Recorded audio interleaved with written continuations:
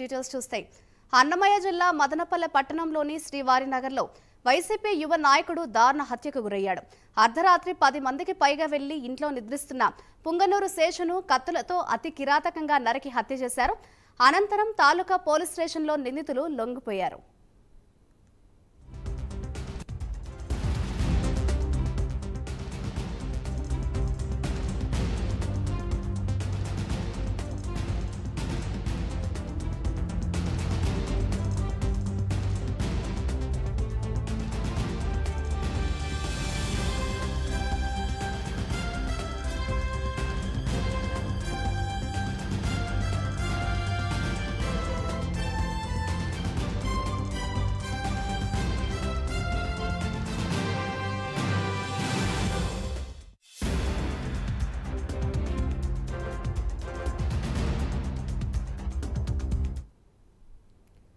అన్నమయ్య జిల్లా మదనపల్లె పట్టణంలోని శ్రీవారినగర్లో వైసీపీ యువ నాయకుడు దారుణ హత్యకు గురయ్యాడు. దానికి సంబంధించిన బ్రేకింగ్ న్యూస్ చూస్తున్నాం.